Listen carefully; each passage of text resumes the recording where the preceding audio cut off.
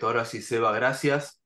Bueno, es un placer para mí presentarles hoy este nuevo webinar del Comité de Educación de IPSOLAC. Ahí tenemos al presidente Lucho Poggi.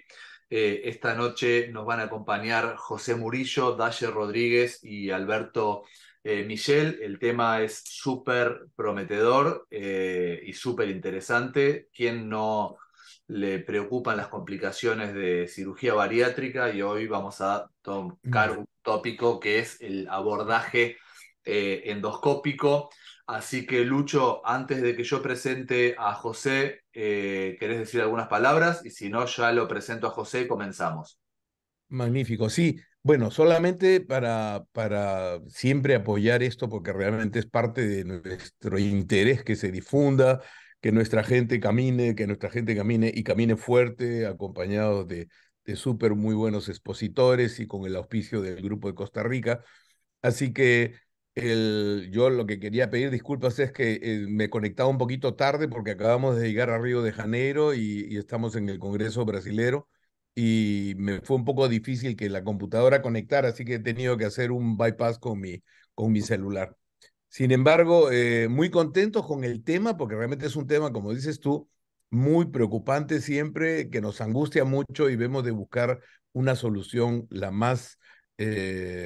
menos invasiva posible y verdaderamente la parte endoscópica tiene un papel súper importante. Yo quiero dar la bienvenida a todos los participantes y a todos los asistentes de Sudamérica, que estamos hasta ahora 56 de acuerdo a los registros que estoy viendo, y espero que con este tema terminemos con mucha gente más conectada con nosotros. Te doy el pase, Mariano, para que continúes con la presentación y con el inicio de este webinar que estamos atentos a escuchar a estos dos grandes amigos y expositores. Bueno, gracias Lucho, ya son más de 60 personas, así que seguimos, se sigue sumando la gente. Y gracias Lucho por el apoyo a todo IPSOLAC y a este comité por permitirnos hacer todos estos webinars mes a mes. Bueno, voy a presentar a José Murillo. José es especialista en cirugía general de la Universidad de Costa Rica, fellow en cirugía digestiva y laparoscópica de la Universidad de París, Francia, cirujano del servicio de cirugía general y miembro de staff de la Unión de la Unidad Esófago-Gástrica del Hospital México en San José de Costa Rica y presidente de la Asociación Costarricense del Tratamiento de la Obesidad y Enfermedades Metabólicas durante el 21 al 23. Así que, José, te dejo todo el panel para que moderen con Dalle y, bueno, muy buena charla para Alberto.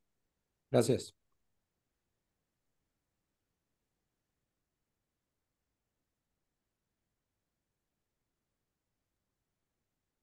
Doctor Murillo está silenciado. Gracias, Está perdón. mute. Muchas gracias, doctor Palermo, doctor Poggi, por las palabras. Es un honor para nosotros en la Asociación Costarricense de Cirugía Bariátrica y Metabólica auspiciar este webinar, que también cuenta con el apoyo de IPSO Latinoamérica. Y contamos con la presencia de dos grandes expertos. Vamos a empezar, las damos primero. La doctora Daye Rodríguez Bolaños es compañera nuestra, especialista en cirugía general de la Universidad de Costa Rica. Además, es cirujana especialista en cirugía bariátrica y hernias de la pared abdominal, con un máster en cirugía de obesidad. Además, actualmente la coordinadora académica del Fellowship de IRSO Latinoamérica, del cual ella es una de las primeras egresadas, eh, y nos va a acompañar como panelista en este webinar. Contamos también con la presencia, con el gran apoyo del doctor Alberto Michel. El doctor Alberto Michel es especialista en cirugía general de la Universidad Autónoma de Coahuila. Además, cuenta con un posgrado en cirugía bariátrica de la Universidad Autónoma de Coahuila y un máster de un año en endoscopía digestiva por la Universidad de Medicina de Estrasburgo, en Francia. Es vicepresidente del Colegio de Cirugía para la Obesidad y Enfermedades Metabólicas de Baja California y además es el director del Hospital Obesity Not For Me, con más de 12 años de experiencia y 14.000 procedimientos bariátricos. El doctor Michel va a presentarnos el tema de fondo de hoy, de este webinar, que como mencionaba el doctor Poggi es muy retador y es el manejo de las complicaciones de la cirugía bariátrica, que como bien mencionábamos anteriormente, pretendemos que sean resueltos de la manera más sencilla posible, de la manera menos invasiva posible. Y la endoscopía es definitivamente una herramienta que reúne todas estas características. Dejo la palabra al doctor Michel para que nos presente su charla. Muchas gracias. Bueno, muchas gracias. Gracias primero que nada por la invitación. IFSO Latinoamérica, me siento muy orgulloso de poder compartir con ustedes esta ahora sí que experiencia que hemos ido adquiriendo con los años. Es muy retador lo que ahora sí que aquellos que se dedican al manejo de las complicaciones en cirugía bariátrica, pero bueno, para eso estamos aquí, para poder platicar con todos ustedes. Y bueno, les quiero comentar que nosotros empezamos a hacer endoscopía ya desde hace algunos años. Manejamos todo tipo de complicaciones, en especial las fugas, fugas gástricas, sobre todo ya sea a través de bypass, cirugía de manga gástrica. Y abriendo un poquito el preámbulo acerca de la cirugía para la obesidad, pues sabemos de antemano que cada vez va a ser mayor el número de procedimientos que se van a estar haciendo, ¿no? Hemos visto el crecimiento en Estados Unidos, en nuestros países de Latinoamérica, en Europa, y sobre todo esto asociado a que el número de pacientes obesos ha ido aumentando año tras año. Eso es definitivo. Y sabemos de antemano, y sobre todo la experiencia con la cirugía bariátrica, es que esta nos está brindando una seguridad, ¿no? Nos está dando mejor calidad de vida al paciente, mejor esperanza de vida, y de antemano saber que el paciente, una vez que baja por lo menos 10 kilos de peso, ya hay un impacto, sobre todo en pacientes con síndrome metabólico. Y sobre todo, algo también importante es que el manejo convencional en tratamientos, ya sea a través de medicamentos, a través de dietas, en pacientes con superobesidad o obesidad mórbida, no nos va a brindar el mismo resultado, como hemos estado viendo, como lo es en la cirugía bariátrica. Podemos ver esta gráfica, que creo que muchos de nosotros lo hemos visto a través del 2010, 2020, 2025, proyecciones a 2030, donde el 20% de la población, en el caso de mujeres, va a tener obesidad desde grado 1 hasta obesidad mórbida. Así hasta 15% de los hombres entre obesidad grado 1 y hasta obesidad mórbida, estamos hablando de una proyección al 2030. Entonces, desafortunadamente, la tendencia es que va a ir creciendo la obesidad, ¿no? En México les platicamos, como muchos de ustedes lo pueden saber, tenemos el no honroso segundo lugar a nivel mundial en obesidad en adultos y el primer lugar en obesidad infantil. Y esto definitivamente es algo que viene aquejando, es algo que viene ocasionando problemas importantes en nuestro país, sobre todo desde el punto de vista económico. Y presentaba también esta gráfica en Costa Rica, donde aproximadamente al 2035 el 50% de la población va a tener desde obesidad grado 1 en adelante en Costa Rica. Entonces, desafortunadamente también se va a enfrentar a problemas como los estamos presentando aquí en México. Ya hemos visto también esta tabla de números de cirugías y procedimientos bariátricos en lo que viene siendo Estados Unidos, donde estamos viendo que la cirugía de manga gástrica es el procedimiento que más se está realizando, y en segundo lugar viene el procedimiento de bypass en Y de Rux, procedimientos que ya se están haciendo menos, como viene siendo la banda, y otros procedimientos como es el bypass de una sola anastomosis, SADI, por mencionar algunas cirugías que se siguen realizando y que probablemente van a ir creciendo con el paso de los años, dado que la cirugía de manga gástrica está empezando a tener reganancia y sabemos de antemano que 5 o 7 años el paciente empieza a reganar de peso y tiende a buscar otro procedimiento. Y hablando ahora sí que directamente del tema que nos toca presentarles a ustedes, yo creo que tenemos que tener en cuenta que todo equipo multidisciplinario, todo equipo dedicado a la cirugía bariátrica debe contar con un endoscopista, ya sea el mismo cirujano, ya sea tener a tu mano derecha un endoscopista, pero sobre todo que sea experto en cirugía bariátrica. Y esto es algo bien importante porque cuántos de nosotros a veces nos toca solicitar alguna endoscopía y nos la reportan como anormal o bien como normal, cuando realmente nosotros nos estamos dando cuenta que hay algún cambio, hay evidencia de que realmente el resultado no es tal cual. Entonces, sí creo que el endoscopista tiene que estar bien familiarizada con la técnica quirúrgica que estamos realizando, sobre todo también saber de la anatomía que nosotros estamos dejando, sobre todo por la modificación que esto puede conllevar. Entonces, es indispensable estar familiarizado. Yo creo que cada vez más va a ser la tendencia que el mismo cirujano se esté adiestrando en estos procedimientos y sobre todo para poder manejar estas complicaciones, de las cuales vienen desde úlceras marginales, fístulas, estenosis, reflujo ácido biliares, obstrucciones parciales, donde podemos hacer estos diagnósticos en base a endoscopía. Ya en algunos años anteriores veíamos muy frecuentemente pacientes con erosiones, deslizamiento de banda, pacientes con dehiscencia de la línea de sutura que podíamos hacer esta endoscopía transoperatoria y nos podíamos dar cuentas, o si no a las 24, 48 horas después del procedimiento, y otros diagnósticos como es el síndrome de Dumping, que también lo podemos manejar a través de endoscopía, que ahorita vamos a platicar, y algunas otras afecciones como puede ser la coledocolitiasis. Algo que creo que es bien importante mencionar es que tenemos que también quitarnos la idea de que a los pacientes en el posoperatorio inmediato no se les puede hacer una endoscopía. Hay muchos endoscopistas o muchos cirujanos que les tienen miedo a hacer una endoscopía en el posoperatorio inmediato o durante el procedimiento, y esto es erróneo. Nosotros, al menos en nuestro grupo, tenemos el manejo que durante el procedimiento, sobre todo en procedimientos de bypass Engeder-Rux, procedimientos de una sola anastomosis, revisiones, se hace la endoscopía y el fellow es quien la realiza, obviamente siempre bajo supervisión de nosotros, y de esa manera estamos verificando una buena línea de grapeo y ausencia de sangrado en estos pacientes. Y bueno, también les quiero platicar acerca de esta tabla, donde estamos viendo las principales complicaciones de las cuales nosotros nos podemos enfrentar. Primero es la estenosis entre el 3 al 19%, en el caso de bypass Engeder-Rux, o bien del 0.7 al 4%, aunque sabemos de antemano que la localización de estas estenosis las vamos a ver ya sea a nivel de la gastroyejunoanastomosis, que es lo más frecuente, o bien en cisura angulares, y que normalmente en el paciente de bypass gástrico lo vamos a ver a la 4ª semana. Es el paciente que viene evolucionando muy bien,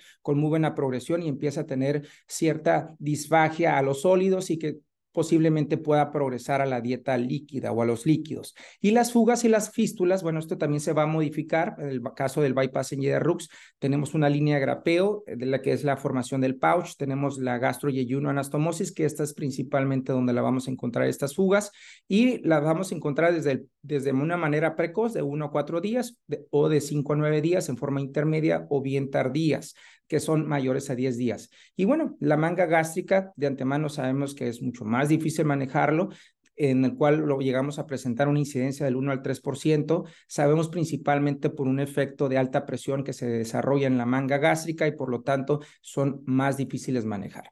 Y las hemorragias del 1 al 5% de una manera temprana las vamos a ver casi siempre, que son menores a 30 días y que normalmente las vamos a ver ya sea en las líneas de grapeo o bien en las anastomosis también, en la gastroyejunoanastomosis, o bien puede ser en la yejunoanastomosis. De una manera tardía siempre hay que pensar en una úlcera marginal. Y bueno, yo creo que también todos ustedes expertos, es difícil encontrar un sangrado o entrar a hacer una endoscopía en un paciente con una manga gástrica, dado que realmente, al menos en nuestro grupo, la incidencia o necesidad de alguna endoscopía ha sido, yo creo, una en aproximadamente 13 años.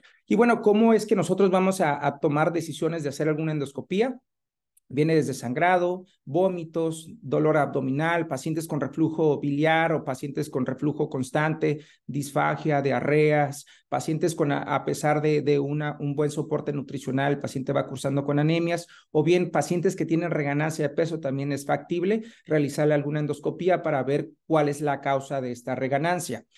En el caso de hemorragia, ya sea temprana o tardía, siempre tenemos que ver si el paciente está hemodinámicamente estable. Y todo paciente con datos de un sangrado activo se tiene que hacer una endoscopía sí por sí, sobre todo para determinar el área de sangrado y sobre todo para darle manejo. Entonces estamos hablando de una endoscopía que puede ser diagnóstica y al mismo tiempo va a ser terapéutica. En el caso del bypass Engeder-Rux, sabemos de antemano que tenemos diferentes áreas para detener estas posibles áreas de sangrado, que viene siendo la formación como tal del pouch, o bien la gastroyeyuno anastomosis que estamos platicando. El mismo estómago nativo es un área de sangrado que a veces es difícil manejarlo, o bien la yeyuno anastomosis, que creo que es la que más temor le podemos tener nosotros como cirujanos. Uno, porque realmente el abordaje endoscópico es un tanto complejo, ahí porque nosotros o aquellos cirujanos que hacen también bypass en Yeder-Rux de manera simplificada, tienen la posibilidad de, antes de hacer la división, poder revisar la yeyuno anastomosis. Sin embargo, pues obviamente todo paciente que cursa en un posoperatorio inmediato, después de un bypass en Yeder-Rux, tenemos que descartar, si no hay una evidencia de que sea un sangrado intraabdominal, que sea un sangrado intraluminal. Entonces, siempre lo más importante es determinar si hay inestabilidad hemodinámica en el paciente, y sobre todo asociados estos a oliguria, a distensión abdominal, y en el caso que sea una úlcera, también puede ser algún caso de sangrado, pero normalmente estas úlceras marginales las vamos a ver en pacientes antes de los 6 meses, ¿verdad?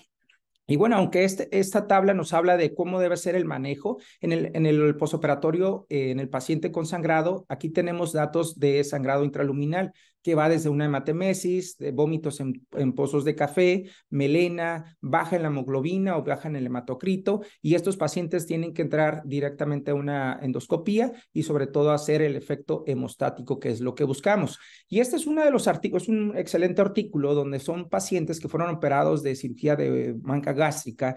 Fueron 80 pacientes que tuvieron un sangrado. Y a continuación les presento cuáles fueron las áreas principales de sangrado. Fueron la línea de sutura, fueron el omentum, fueron pacientes con adhesiones pancreáticas, vasos cortos, área de inserción, y 5 pacientes presentaron sangrado, y esto fue intraluminal. Entonces, pacientes con manga gástrica también podemos tener sangrados intraluminales y tenemos que descartarlo. Y bueno, esto es obviamente al no tener una evidencia, un sangrado intraabdominal, siempre tenemos que descartar el sangrado, ahora sí que intraluminal, y esto lo hacemos a través de endoscopía. Y por eso también es muy importante estar familiarizado con la anatomía en estos pacientes, porque aquellos que hacen endoscopías a pacientes posoperados en manga inmediatos, vamos a encontrar sangre, vamos a encontrar que a veces es difícil diagnosticar o encontrar esos sangrados, y también comentar que la mayoría de los pacientes que tienen sangrados intraluminales en el posoperatorio tienden a ceder por sí solos. Entonces,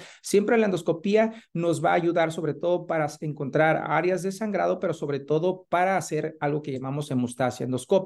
Y tenemos desde clips, sistema de Ovesco, sistema de ligaduras, tenemos la inyección, que normalmente inyección directa, que utilizamos normalmente epinefrina, o algunos se utilizan alcohol absoluto. Térmico tenemos el argón plasma, sondas calientes, láser, CoGrasper también actualmente ya la tenemos y se puede utilizar, o bien también trombina, fibrina, endoclot, que son algunas de las posibilidades que tenemos en el paciente. Y algunos que están familiarizados con el sistema de Ovesco Clip, hay diferentes tipos de Ovesco. El que tenemos en el tipo A, lo utilizamos normalmente para sangrados, es diferente para aquellos casos como el tipo T, la tipo T o GC, que estos son para casos de fugas o fugas tempranas, o bien fístulas crónicas, también ha demostrado una efectividad. Entonces, nos podemos apoyar de un sistema de Ovesco Clip tanto para sangrados o para el caso de fugas.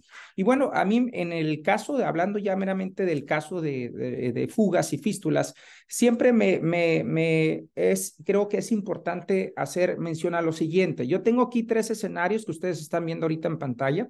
El primero de ellos es una paciente de 27 años de edad que la operaron de manga gástrica. Tenía ya 8 días con fiebres, malestar general, solamente se había hecho sueroterapia, la había visto la enfermera, no se le dio manejo. A través de otro compañero cirujano, amigo mío, se nos pide valoración, se mete a la paciente, le encontramos 3 litros de pus en cavidad a esta paciente, y desafortunadamente falleció a terapia intensiva esa misma noche. Al medio es otro paciente con 6 días de evolución, pues manga gástrica. Es una paciente que habían manejado conservadoramente, aparentemente lo mencionaban como un caso de fiebre en estudio asociado a una infección de vías urinarias.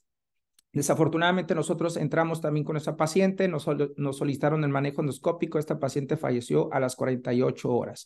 Y el tercer caso es una paciente posoperada de bypass, bypass de una sola anastomosis, era hermana de una paciente que nosotros habíamos operado, se nos pidió valoración para manejarla, desafortunadamente esta paciente a sus 32 años falleció por complicaciones de fugas a través de una yeyuno anastomosis a la hora de hacer la revisión de ese bypass ese bypass de una sola anastomosis y convertirla a un bypass en YEDERRUX. También presentó fuga de la yeyuno y que al final de cuentas es la causa por la cual falleció esta paciente. ¿A qué viene esto? Señores, los pacientes, si no se manejan de una manera temprana, van a fallecer. Esto es definitivamente algo que vamos a ver en casos frecuentemente. Cuando nos enfrentamos a una fase, a un paciente en una fase temprana, estamos en el momento adecuado de manejar esa complicación. Entre más tiempo nosotros llevemos a los pacientes, más exposición, obviamente mayor respuesta inflamatoria, y de antemano sabemos que el paciente obeso ya trae consigo una reacción inflamatoria crónica. Entonces estamos agregando todavía mayor efecto nocivo al paciente. Y bueno, normalmente lo vamos a presentar el paciente con una afectación a su estado general, náuseas, vómitos, lo vamos a ver fiebres, leucocitosis, la taquicardia, que normalmente lo vamos a ver en el paciente, dolor abdominal, al menos aquellos que manejan las complicaciones, sabemos que es raro el paciente que se queje de un dolor abdominal, a lo mejor es un dolor referido, pero lo que sí tenemos que ver en todo paciente es que tenga una evolución tórpida. Aquel paciente que va evolucionando de una manera diferente a los demás, hay que hacer un diagnóstico, hay que hacer estudios necesarios y aún teniendo todos los estudios muchas veces no podemos tener en sí el diagnóstico. Y sabemos que hay dos tipos de gravedad en el paciente, sobre todo aquellos pacientes que están en forma inestable o estable y la localización que también va a modificar también el manejo en algunos casos. Sabemos que van a ser en este caso el periodo de duración en base a agudas, tempranas, tardías o crónicas. O bien, aquí les tengo la siguiente diapositiva donde me gusta a mí presentarles y enseñarles este artículo que salió en el 2021. Y bueno, básicamente es cómo vamos a hacer el manejo o el abordaje en un paciente que tenemos sospecha de fuga. Todos los pacientes, ante la duda, le vamos a hacer una tomografía abdominal en el cual, en el caso de que obviamente salga sin colecciones y si fuga de contraste, el paciente sigue en manejo y sobre todo para determinar algún otro diagnóstico. Pero si el paciente tiene extravasación de contraste, en este caso el paciente lo tenemos estable, por lo tanto, el paciente no se maneja de manera quirúrgica, ya sea hacemos manejo a través de ultrasonido o de tomografía y se maneja en endoscopía con intervencionismos para saber qué manejo se le va a dar al paciente. Pero si ustedes ven en cada una de las diferentes divisiones, van a ver de los rubros, van a ver que todo consiste en manejo endoscópico y básicamente consiste si el paciente está estable o el paciente está inestable. Si el paciente está inestable, entonces el paciente se somete a cirugía al momento, se hace la laparoscopía o ya sea cirugía abierta, se drena, se lava bien y seguimos con un manejo endoscópico. Pero no algo menos importante es si el paciente, ya sabemos de antemano que tiene una fuga, se debe de garantizar una vía de alimentación, el cual considero que es la parte más importante para que el paciente tenga una evolución satisfactoria. Esta es otra tabla y esta es otro diagrama de flujo de cómo debemos manejar al paciente y regresamos a lo mismo. Si está confirmada la fuga, el paciente tiene shock séptico, tiene peritonitis, tiene miastenitis. Sí, el paciente está inestable, va a manejo quirúrgico. El paciente está estable, el paciente se puede manejar con manejo no quirúrgico, igual a través de ultrasonido, a través de tomografía, pero aquí ya estamos haciendo manejos ya en base a la fase. Si es fase aguda, podemos manejar un stent, podemos manejar un Ovesco. Si es de fase temprana, stent, sutura endoscópica, Ovesco, drenaje interno, septotomía, terapia de BAC. Si es tardía, tenemos drenajes endoscópicos, es la septotomía, el drenaje de BAC, o bien en caso de crónico estamos hablando de una septotomía. Si el paciente obviamente no resuelve, pues al final de cuentas se va a un manejo quirúrgico y conlleva una esófago yeyuno en YEDERRUX o algún bypass gástrico, puede ser en algún paciente, o una gastrectomía total en estos casos. Y bueno, llegamos a la parte que me gusta, cuántas veces de nosotros, a lo mejor tuvimos en su momento una fuga y entramos a una cavidad abdominal. Es un paciente que sale con una tomografía abdominal donde se ve una colección de 250 cc aproximadamente. Entonces, hace algunos años, y por eso me gusta también presentarles este video, porque hace algunos años la tendencia en nosotros era absceso abdominal, perigástrico, automáticamente nosotros entrábamos y drenábamos este absceso. ¿Para qué? Para colocar su drenaje externo, para hacer un lavado y esperábamos una respuesta. Sin embargo, en ese tiempo lo único que nosotros hacíamos era colocar una sonda nasoyunal y esperar que este proceso de cicatrización a través de lo que era la zona lesional o la zona de la fuga diera en sí o cicatrizara para poder nosotros restaurar de nuevo la vía oral. Sin embargo, ahora la tendencia es completamente diferente. Entonces, esto es algo que nosotros no hacemos en la actualidad, es totalmente contrario, aunque este es un caso que les digo, nosotros manejamos y ahí tenemos el absceso. Pero ¿cuál es el problema a veces de esta situación donde ya dispersamos esas bacterias, donde probablemente ya se nos va a correderas, a pesar que uno lave bien, siempre deje buenos drenajes, siempre existe esta posibilidad, ¿no? Y sí, hacemos la aspiración, hacemos el lavado, hacemos manejo endoscópico, pero en la actualidad nuestro manejo es completamente diferente, ¿no? Tratamos de ser lo más conservador posible. Si es que se puede drenar a través de endoscopía, con eso es más que suficiente, pero no hacemos más allá. Y tenemos otros casos, ¿no? Pacientes que nos solicitan endoscopía de control, que tenemos estos efectos catastróficos para nuestros pacientes, donde este es un caso de una paciente que ya tenía 6 meses posoperada de manga gástrica con tos recurrente. Refería que cada vez que comía tosía la paciente, tenía expectoración continua, y lo que van a ver ustedes aquí que ven en la imagen básicamente es vía aérea, son los bronquiolos. Había una conexión directamente a la paciente. Cada vez que hacíamos maniobra de Valsalva, se hacía un colapso a través de los bronquiolos, y absolutamente todo lo que entraba ahí pasaba al tubo endotraqueal. Entonces, estas son algunas de las complicaciones que podemos suscitar. ¿O cuántos de nosotros no tenemos pacientes que resulta que estamos haciendo, que tiene una fuga y nos encontramos que el drenaje está exactamente sobre la línea de la fuga?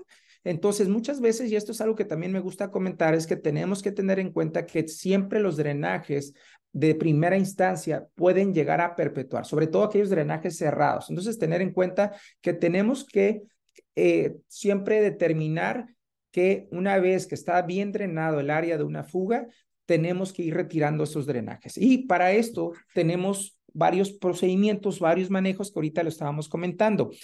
Stents. Yo, la verdad, no soy muy partidario de usar stents, solamente en algunos casos, y este es un artículo donde los drenajes endoscópicos, que es una de las tendencias que se están utilizando cada vez más, es la experiencia disponible ahorita, ya realmente el contrario al artículo. Yo creo que ya hay muchos cirujanos, muchos endoscopistas que están utilizando los drenajes endoscópicos, a diferencia del stent, que ya se viene usando desde los años 90, los stent a principios del 2000, sobre todo en otros procedimientos que no precisamente sabemos que el stent esofágico lo utilizamos para pacientes con cáncer, para pacientes con obstrucción esofágica. Sin embargo, pues se viene utilizando también en estas fugas. Entonces, la situación donde yo considero que el stent puede ser muy viable, efectivo, es en aquellos pacientes donde definitivamente determinemos que hay una estenosis a nivel de cisura angulares. Si el paciente tiene esta franca estenosis, aunque nosotros manejemos a través de endoscopía,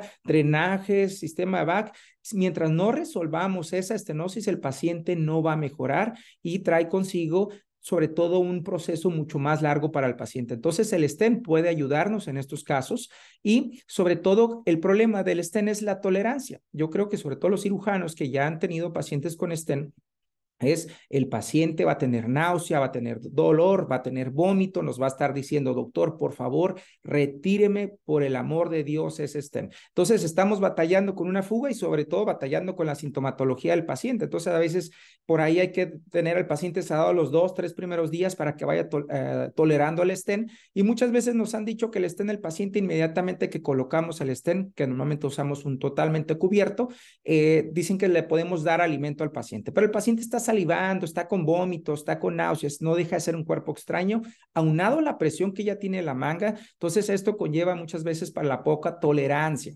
Sin embargo, la efectividad global, tanto con drenajes endoscópicos versus con stent, es muy parecidas. Y en el caso de lo que viene es stents, en fístulas crónicas no tiene precisamente esa efectividad como lo puede tener algunos otros procedimientos. Y aquí les hago también una ejemplificación. Uno de los problemas que teníamos con los pacientes con stent era la migración. Sin embargo, el sistema de Ovesco actualmente ya tenemos dispositivos en el cual nos ayuda a fijar el stent de una manera proximal para evitar que se dé esa migración. O bien, ya tenemos los mega stent que vienen desde el tercio medio de esófago y que llega hasta el píloro y algunos se van hasta duodeno.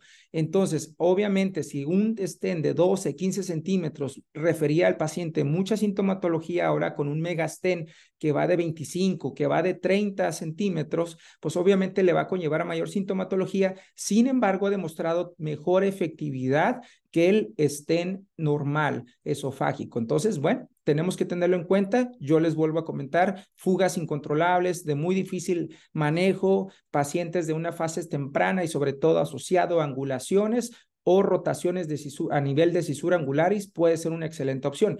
Pero también hablemos de sus complicaciones. Este caso que tenemos a mi mano izquierda es un paciente donde se le puso un stent. A las 24 horas teníamos este drenaje, un drenaje francamente hemático, y esto fue por erosión que ocasionó sobre el mismo área del esófago en la copa superior. Al final de cuentas tuvimos que retirarlo a las 48 horas. En este paciente nos bajó 4 gramos la hemoglobina en tan solo 24 horas. Y después a los meses resulta que este paciente hizo una estenosis por arriba de donde teníamos la fuga. Entonces teníamos una estenosis y teníamos además una fuga, el cual esta estenosis, a pesar de múltiples dilataciones, no se dio y tuvimos que terminar haciéndole un esófago y ayuno a este paciente. Entonces hay que ser cuidadosos. No todos los pacientes toleran los stents, no todos tienen esa misma adaptabilidad. Y no digo que no se pueda utilizar, pero sí seleccionar aquellos casos y tener en cuenta esas complicaciones. Y aquí enfrente tuve la oportunidad de estar con el doctor Gianfranco Donatelli, aquí es su centro, y de hecho quería hacer hincapié sobre esto. Ellos, a todos los pacientes en este centro de alto volumen en la ciudad de París, ellos a todos les ponían los stents, pero después de 2 casos que ellos tuvieron, que a la hora de estar retirando a las 6 semanas los stents, tuvieron 2 casos de sangrados masivos que hubo erosión del mismo stent hasta la aorta, hasta lo que viene siendo la aorta abdominal, y se trajeron consigo ahora sí que parte de la adventicia y de la aorta, y los pacientes fallecieron a la hora de estarles quitando el stent. Entonces ellos dijeron, no más stents, y ellos se han dedicado hasta la fecha a colocar drenajes de pigtails. Este es drenaje endoscópico interno, nosotros lo venimos usando ya desde el 2015, tuvimos nuestros primeros paciente, nuestros primeros casos. Debemos decir que es fácil, es sencillo, no es nada complejo. A veces lo más difícil en estos casos es sobre todo identificar el área de la fuga, porque muchas veces podemos hacer endoscopía, no vemos una evidencia clara de endoscopía a través de encontrar alguna fuga. Sin embargo, a veces también tenemos que tener en cuenta que muchas tomografías de las cuales nosotros hacemos a pacientes sospechando la pueden reportar como falsos negativos, pero cuando hacemos endoscopía a estos pacientes nos encontramos con áreas de inflamación, sobre todo en el tercio proximal, cierto exudado seropurulento que se puede llegar a ver en estos casos, edema de la pared, son datos muy característicos y que normalmente ahí nos vamos a encontrar ya sea una microfuga o fuga en estos pacientes. Entonces, este es un drenaje interno. Fíjense, aquí tenemos a continuación el video. Estoy dentro de la cavidad abdominal del paciente, lo recubre todo lo que viene siendo el peritoneo. Eso es un drenaje endoscópico interno. De hecho, le colocamos 4 en el momento al paciente. Ahí vemos el orificio de la fuga. Pueden ver ese orificio está de aproximadamente 2 centímetros. Entonces, lo primero que hacemos en estos casos es una desbridación importante que le hacemos por endoscopía. Tratamos de no comunicar hacia lo que viene siendo hacia la pared. Tratamos de evitar esa fístula gastrocutánea que a veces tanto se perpetúa en algunos pacientes. ¿Y qué hacemos aquí? Por ejemplo, empezamos el tratamiento, tenemos este drenaje en este paciente, se nos citó una interconsulta en la ciudad de Guadalajara, fuimos a ver qué es este caso y fuimos retirando el penros 2 centímetros por día, hasta que en un lapso de una semana teníamos este escaso gasto en tan solo 24 horas. A la paciente le fue bien, con una buena resolución, o bien tenemos un paciente con un bypass, fuga de bypass en Y de Rux, aquí lo van a ver.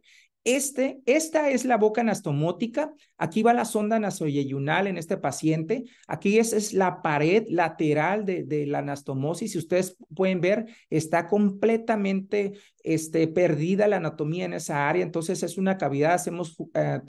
Utilizamos arco en C, hacemos prueba de hermeticidad. Vemos que efectivamente la sonda y los drenajes están bien colocados. Aquí se ve cómo se ve que viene hacia el asa, pero vemos toda esta área de fuga.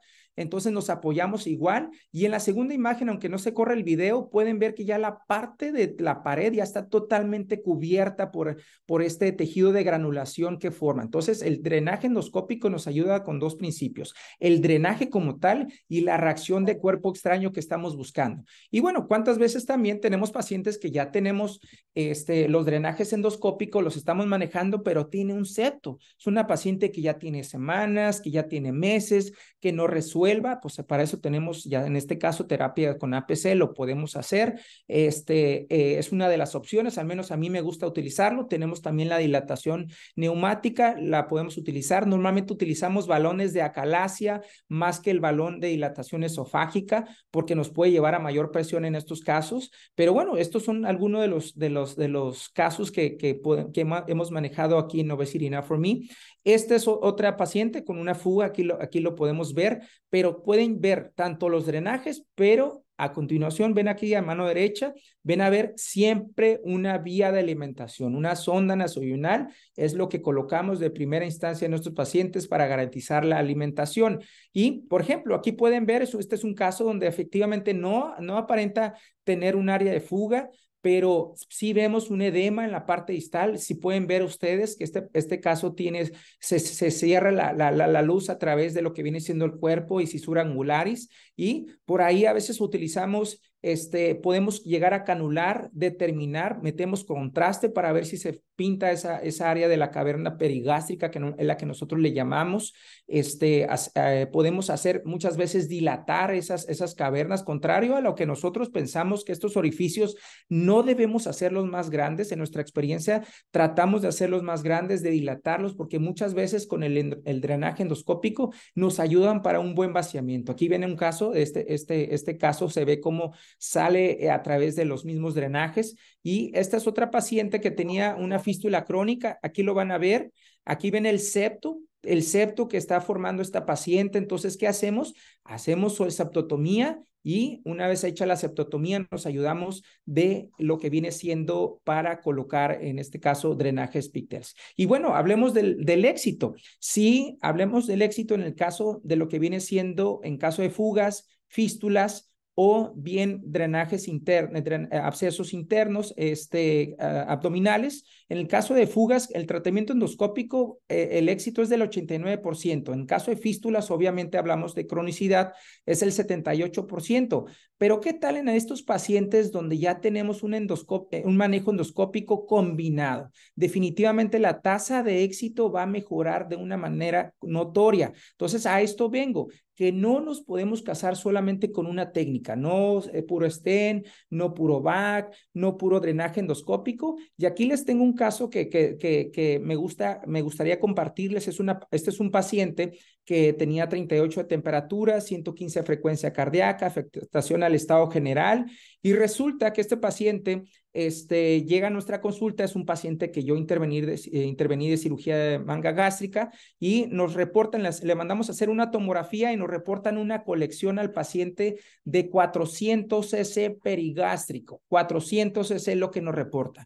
Entonces, ante esta tendencia, y platicaba con ustedes hace ratito con el video del absceso que podríamos manejar, ya sea laparoscópico o endoscópico, era un paciente que estaba estable hemodinámicamente, presión bien, sí, efectivamente tenía fiebre de 38 a su momento, pero no venía deshidratado, venía, en términos generales, el paciente se veía bien. Entonces, ¿qué hacemos? Paciente, lo que hacemos es canular ese trayecto, ahí lo podemos ver, vemos la salida de pus, olía bastante feo, se contaminó la sala de quirófano, pero todo lo hicimos a través de endoscopía, absolutamente todo. ¿Y qué hacemos? Canulamos, lavamos con microcin, se lava de manera constante, solución fisiológica, y una vez que hacemos ese drenaje al paciente, colocamos drenajes endoscópicos. Y aquí lo importante de este caso, y les voy a comentar, es que contrario a este paciente dejarlo en ayuno, fue totalmente contrario. Esta paciente salió a su cuarto, a las 24 horas nosotros le estábamos dando vía oral,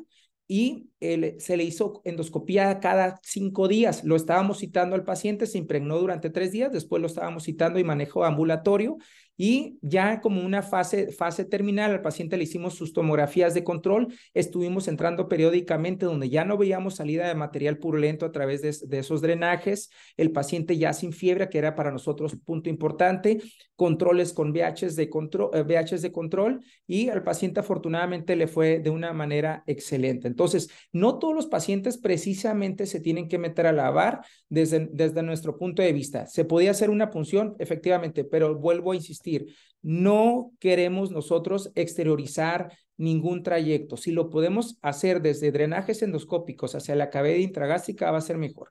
Y para mí los puntos claves en el uso de drenajes endoscópicos es que siempre evitar, entonces, si hay obstrucción distal, hay que hacer una dilatación o la combinación con un stent. Es indispensable la movilización continua de los drenajes externos, sobre todo para evitar esto que les vengo platicando de las fístulas enterocutáneas, y la nutrición juega papel indispensable. El ayuno en cavidades bien delimitadas, sin presencia peritoniana generalizada, no contraindica o no está contraindicada la alimentación en estos pacientes. Se les puede dar vía oral, sobre todo a estos pacientes les damos su proteína, le damos líquidos claros, y de esa manera mantenemos permeable el tracto digestivo. Y hablemos de algo que también es algo que realmente se está dando cada vez en mayor proporción, es el sistema de terapia de Bach, que es algo que nosotros también venimos manejando de manera continua. Ya existen en el mercado, y es algo que todavía, aunque no se libera, pero ya va a estar dentro de poco tiempo disponible, un stent como tal, y alrededor ya tiene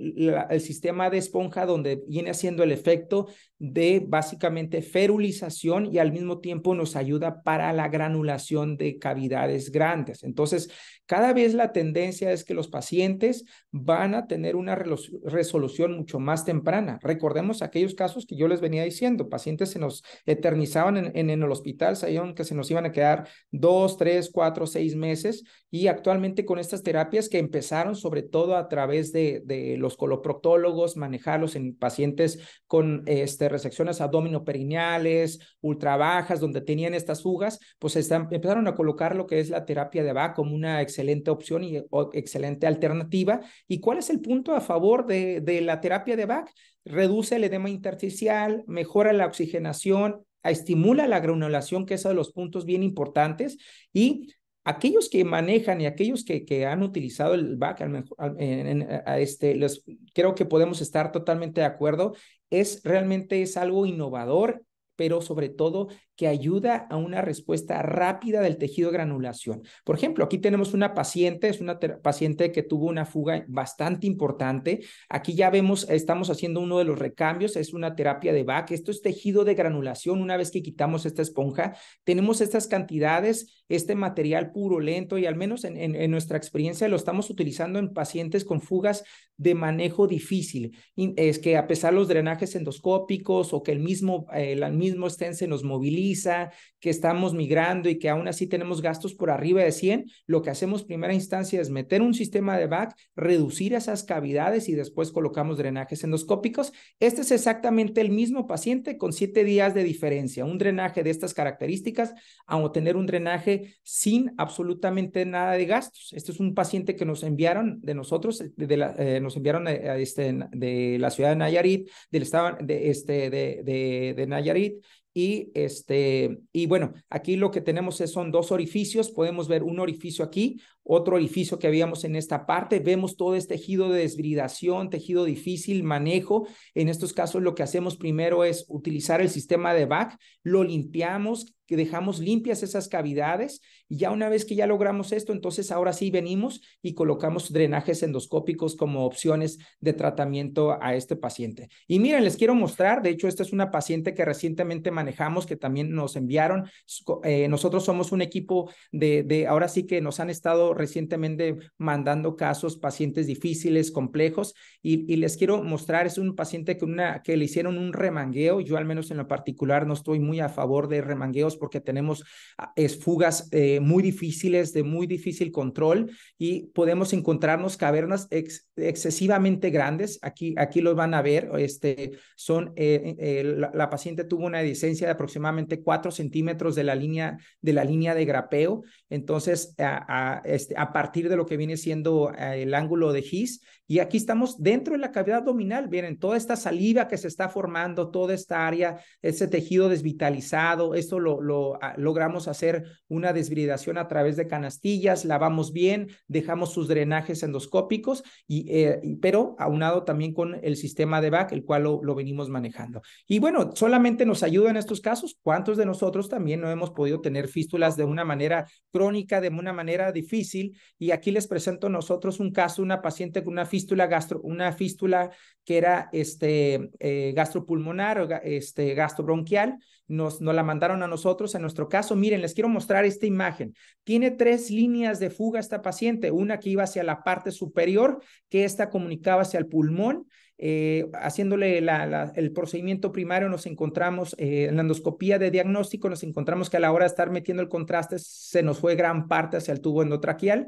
Tenemos otra línea que venía hacia aquí abajo, y en una porción mínimamente se venía hacia lo que viene siendo la luz intragástrica. Entonces, a esta paciente lo que le hicimos de primera instancia, tratamos con terapia de drenajes endoscópicos. Solamente pudimos controlar una de las fugas. La siguiente fuga, la que iba hacia pulmón, nos fue muy difícil manejarla, y en ese caso optamos por colocar el drenaje de terapia de VAC, el cual se hicieron en totales 8 sesiones de terapia de VAC, el cual la fuimos manejando. Esta se colocaba directamente sobre el área de la fuga, sobre el área donde teníamos esa fístula. Aquí tenemos el sistema, cómo nos iba dando la presión. Normalmente manejamos desde presiones de 125 hasta 200 milímetros de mercurio.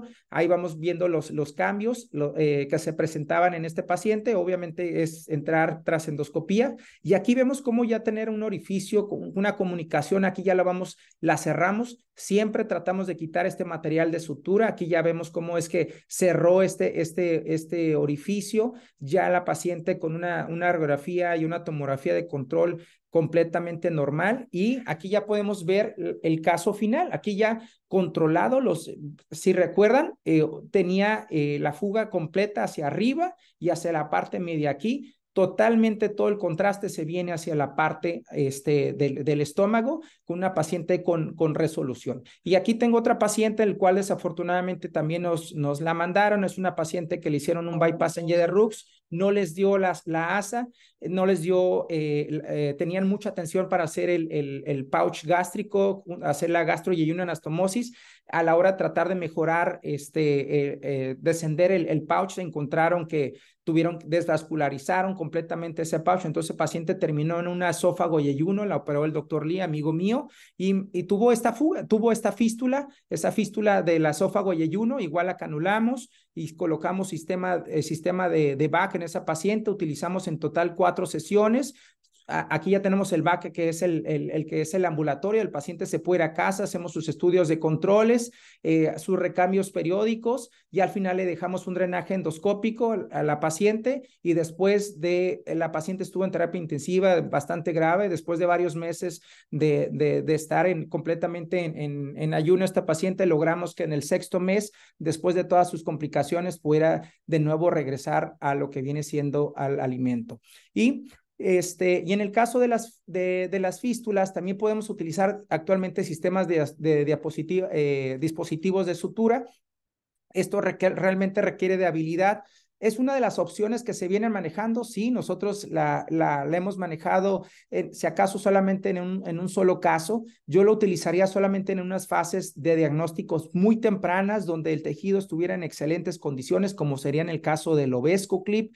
Pero fuera de eso, sabemos que las fístulas, al menos en el caso de fístulas o fugas, en el caso de mangas gástricas, es completamente difícil. Tenemos un espacio muy pequeño, aunado que tenemos que usar el endoscopio de doble canal. Entonces, no es lo más sencillo, no es lo más viable, al menos que tengamos una exposición completamente adecuada y viable, se podría utilizar. Y una de las situaciones es que tenemos que tener un endoscopista que sea especializado en esto, y sobre todo que el 60 al 70% de las suturas que podamos utilizar en pacientes con fístulas puede quedarse. El otro porcentaje puede retirarse o se puede caer la sutura o perder la tensión y por lo tanto puede recidivar el paciente, ¿no? Y en casos de dumping también tenemos que recordar que también una de las complicaciones son pacientes con un dumping, sobre todo asociados a una boca anastomótica demasiado grande. Lo hemos visto en pacientes con 4 centímetros, 6 centímetros y que tienen este vaciamiento grande. Entonces,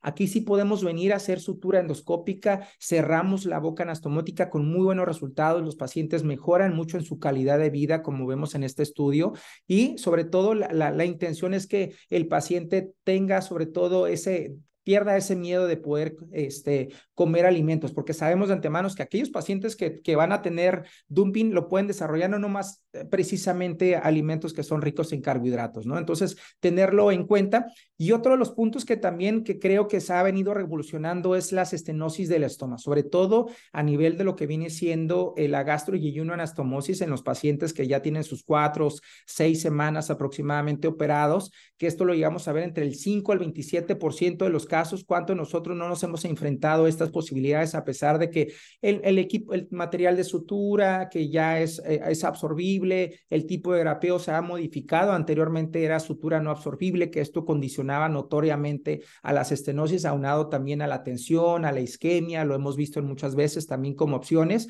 pero bueno, actualmente ya se ha utilizado o utilizamos nosotros el sistema de Bujicap, que ahorita les voy a mostrar. Actualmente esto presenta un éxito del 93%, y esto está genial. Esto para aquellos que lo utilizan, para nosotros está genial, porque anteriormente a lo mejor nos tocó hacer dilataciones con Savary en alguno de los cirujanos más expertos en el grupo, pero actualmente aquí ya lo podemos hacer de bajo visión directa, menos posibilidades de complicaciones, menos posibilidades de perforación, que es algo que los vemos. Efectivamente están los balones de acalasia, están los balones de dilatación esofágica. Esos son algunas de las opciones que también tenemos en estos casos. Pero bueno, aquí tenemos estos Bujicaps que los montamos directamente hacia el endoscopio. Tenemos la visualización y podemos ir progresando también el tamaño de 11 milímetros, 12, 17, 17, 18. Y este es un metaanálisis, el cual utilizaban en el sistema de balón, el cual tanto con balones de acalasia y balones de dilatación esofágica, normalmente se utilizaban un número promedio de 1.8 dilataciones por paciente, con 0% mortalidad, pero un éxito global del 77%. Y comentar que el 17% puede ser que el paciente no responda a una dilatación y que posiblemente recurran, o sea, necesita recurrir a algún tratamiento quirúrgico. Y una de las complicaciones pueden ser sangrados o perforaciones, que obviamente son algo que no queremos tener en el paciente. Y bueno, también algo que también usamos y que no es algo ajeno también a nosotros es utilizar estos balones de acalasia, ¿no? Esta es una paciente que nos hablaron en la Ciudad de México, le hicimos una dilatación a una paciente que quedó con una estenosis franca a nivel de lo que viene siendo cisura angularis. La paciente ya tenía 2 meses con esa estenosis, le hicimos una dilatación. Siempre nos apoyamos a través de estos del arco en C, fluoroscopía, para determinar efectivamente que estemos colocados en una buena área, y nada como hacer una visualización directa de la dilatación de ese balón, llevándolo entre 30 a 40 milímetros de mercurio en sus pacientes, y tener en cuenta que si un paciente más de 3 veces después de dilatación no mejora, estos pacientes necesitamos llevarlos a un tratamiento quirúrgico. Y bueno, ya por último, las complicaciones en vías biliares, sabemos que se pueden desarrollar hasta el 30% de los pacientes con cirugía bariátrica. Entonces, sobre todo en el paciente en bypass de Jeder-Rux, tener en cuenta que tenemos la opción de entrar directamente a través de una gastrostomía, entrar y poder hacer la manipulación directamente de la vía biliar, aunque aquellos suena fácil, pero aquellos que lo hacen y lo hemos hecho en grupo, es tanto complejo entrar la manipulación del endoscopio a través del mismo estómago, colocándolo a través del trocar. A veces es un tanto complejo, pero es una de las opciones y es mucho más viable que hacer doble balón, que a veces nos lleva a una extensión mucho más, un área mucho más extensa para su abordaje, o bien, ¿por qué no también poder tener la posibilidad de entrar de una técnica abierta en nuestros pacientes, ¿no? A lo mejor todos nuestros casos los queremos resolver de una manera menos agresiva para el paciente, pero tener en cuenta que tanto la CEPE a través de en pacientes con bypass en Rux puede ser viable, sí conlleva a tener mayor experiencia, pero tiene una tasa de éxito entre el 75 al 82% de los casos. Entonces, en términos generales, yo sí les quiero decir, y como conclusión, la cirugía bariátrica para mí es muy bonita y metabólica, es excelente, hasta que se nos complica un paciente, ¿no? Y muchas veces tenemos en mente diferentes manejos para el paciente. Yo sí quiero decir que no podemos generalizar a todos los pacientes. A veces hay pacientes que están hemodinámicamente estables, que son pacientes donde los podemos manejar solamente a través de vía endoscópica, con una estancia hospitalaria muy corta, que normalmente son pacientes que los manejamos de una manera muy rápida, pero aquellos pacientes donde ya llevan 7, 14, donde ya hay alguna peritonitis generalizada, pues tenemos que entrar, somos cirujanos, tenemos que entrar, tenemos que lavar, pero al final de cuentas, como se los presenté hace ratito, todo conlleva que necesitamos de un manejo endoscópico. Actualmente el manejo endoscópico tiene una tasa de éxito muy alta, y que esto viene a ayudarnos sobre todo y ayuda al cirujano bariatra para que realmente tanto los gastos y la morbilidad se vea disminuida en nuestros pacientes, ¿no? Entonces, el tratamiento de las complicaciones realmente, entre más rápido, como se los digo, va a ser mejor, y al final de cuentas, lo más importante es tener conocimiento de las complicaciones. A veces nosotros como cirujanos queremos negarnos a la idea de tener complicaciones. Señores, si nosotros operamos cirugía bariátrica, vamos a tener complicaciones. Ese no es el problema. El problema es resolverlas de manera temprana, y al menos yo le digo a nuestros pacientes en la consulta es, sí hay complicaciones en cirugía bariátrica, pero manejándolas de manera oportuna tienden a resolverse los pacientes o las complicaciones. Entonces, el trabajo en equipo es fundamental en la cirugía bariátrica, especialmente cuando enfrentamos complicaciones, y solo a través de la colaboración y constante formación adquirimos las habilidades necesarias para alcanzar resultados extraordinarios. Muchas gracias. Gracias, doctor Michel. Definitivamente este es un tema apasionante, creo yo, para los cirujanos bariátricos y todos los que nos enfrentamos a los pacientes bariátricos y a la evolución postquirúrgica y sobre todo a las complicaciones, sobre todo por el cambio de paradigma, creo yo, que se está produciendo a nivel quirúrgico. Eh, Pasar de intervenir un paciente laparoscópicamente para un drenaje, para suturar el sitio de la fístula, de la fuga, colocar drenajes y lavado de la cavidad, a hacer el drenaje endoscópico, yo creo que es realmente el cambio de paradigma que se está dando a nivel mundial. eh, y es evidente la gran experiencia que usted tiene en el manejo de este tipo de complicaciones y con excelentes resultados. Creo que ha sido una presentación excelente. Le agradezco mucho por transmitirnos ese conocimiento, y quería rescatar un par de cosas de las muchas que nos mostró. Una de ellas es precisamente el cambio de paradigma, ¿verdad? Del drenaje externo al que estábamos acostumbrados en cirugía general y en cirugía laparoscópica, a hacer drenaje interno, drenaje endoscópico, con pigtails, que yo creo que definitivamente el resultado demuestra la eficiencia de este manejo, de este abordaje. Lo otro muy importante, me parece, que usted mencionó al principio de la presentación, es la necesidad de que exista, ya sea el cirujano o los cirujanos bariátricos, o bien gastroenterólogos que estén comprometidos en el manejo de las complicaciones, con experiencia en cirugía bariátrica y en endoscopía bariátrica, eh, que formen parte de los equipos bariátricos. Definitivamente, si esta es la herramienta que vamos a utilizar para el manejo de las complicaciones, pues necesitamos gente experta en el manejo de estas complicaciones por vía endoscópica. Los cirujanos pues tenemos un poco más de perspectiva topográfica, por decirlo de alguna forma, de dónde están las cosas, cómo están las cosas en la cavidad peritoneal alrededor de un sitio de fuga, que las hemos visto, las hemos palpado, las hemos operado. Y yo creo que el aprender a experimentar realmente con el manejo endoscópico de una forma seria, es decir, adquirir los conocimientos necesarios para el manejo endoscópico es fundamental en un equipo bariátrico, ya sea los cirujanos o bien, como menciono, colegas gastroenterólogos, pero comprometidos en el manejo de los pacientes. Sí, así es, definitivamente. Y algo que yo quiero resaltar, al menos a mí me apasiona esto de las complicaciones, porque en su momento cuando yo llegué a presentar mi primera complicación, pues nada más te presentabas con el endoscopista y le decías, tengo esta complicación. Y lo que normalmente sucede es que el endoscopista te hace el procedimiento y te dice, adiós, que te vaya bonito. Suerte, ahí me platicas cómo le fue a tu paciente. Entonces, esa situación que si ya te migró el stent, que si a lo mejor no está haciendo bien la función lo que tú tenías en mente con el paciente, no es como que, ¿sabes qué? Pasa al quirófano al paciente y ahorita le voy a volver a hacer la endoscopía y voy a tomar la decisión que sea oportuna, adecuada para el paciente.